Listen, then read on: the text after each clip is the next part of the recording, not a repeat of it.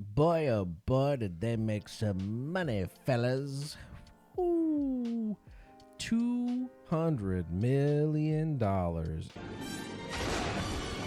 in one day. Holy shit. For anybody who doesn't know what I'm referencing, Hasbro had an earnings call probably earlier this week at this point that in one day, the Magic the Gathering Final Fantasy crossover set sold $200 million in revenue in a day. And they put that into perspective for us that Lord of the Rings took 6 months to reach that same threshold. Holy shit. So what does that mean going forward? Well, I don't think it's crazy to say, and I'll be the first one to say it, you're going to get another Final Fantasy set of some sort. Whether it's a full-on set like this previous one was, whether it's some kind of holiday bundle like they did with Lord of the Rings, this is not the first Magic the Gathering Final Fantasy crossover that you will see. No major corporation, no major company is going to make $200 million in a fucking day, bro. That's a lot of nuts! And not try to do it again.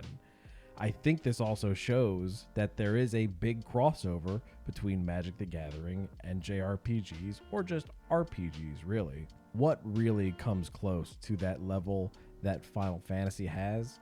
Not many IPs, not many games. But I think off the top of my head, possible crossovers from here, Persona, right? Persona is huge, has a big core fan base.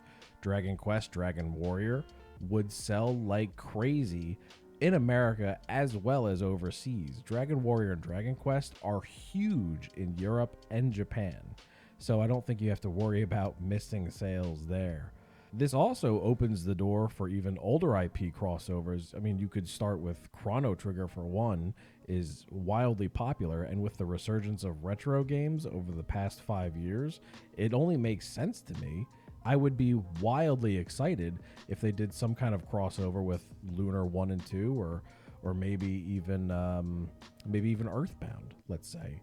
Old RPGs like that probably have a big cross-section with the Magic the Gathering community. I mean, we all started playing video games most likely at a young age. I mean, at least a kid of the 90s, I started with video games and found my way into other branches like Magic the Gathering. Wizards of the Coast and Hasbro aren't the only companies that made out in this either.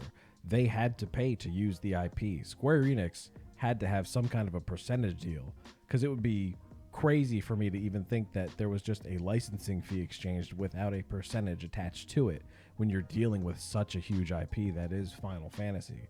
Everybody made boatloads of money in this deal. We all gave it to them willingly. I think it's just a matter of time before you see it happen again. For those who may not know, Square Enix Final Fantasy has its own trading card game.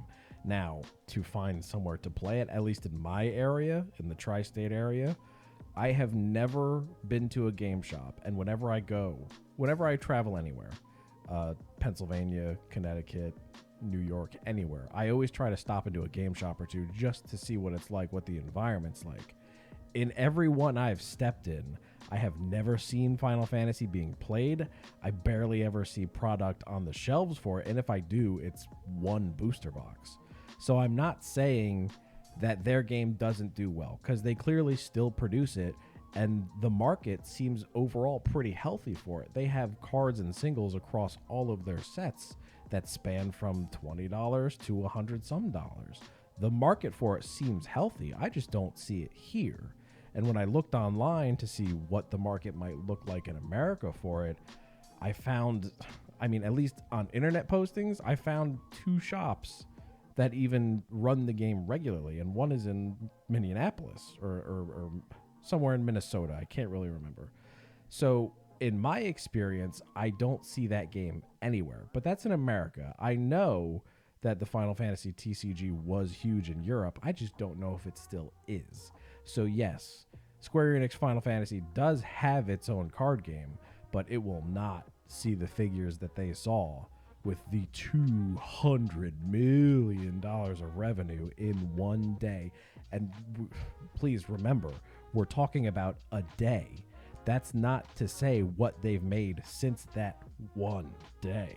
I can only imagine the figures are astronomical. Wizards of the Coast really needs to start pulling their weight around at Hasbro because they're propping that company up. I think it's only a matter of time before we see some other kind of Final Fantasy crossover in Magic the Gathering. And I'm going to be just as excited for it, and I hope I can get my hands on product for that one too. I was only able to do one pre-release and get one collector booster box of this previous set, and I enjoyed opening it, I enjoyed playing it, and I wish I could do it more. It's just the product is not available.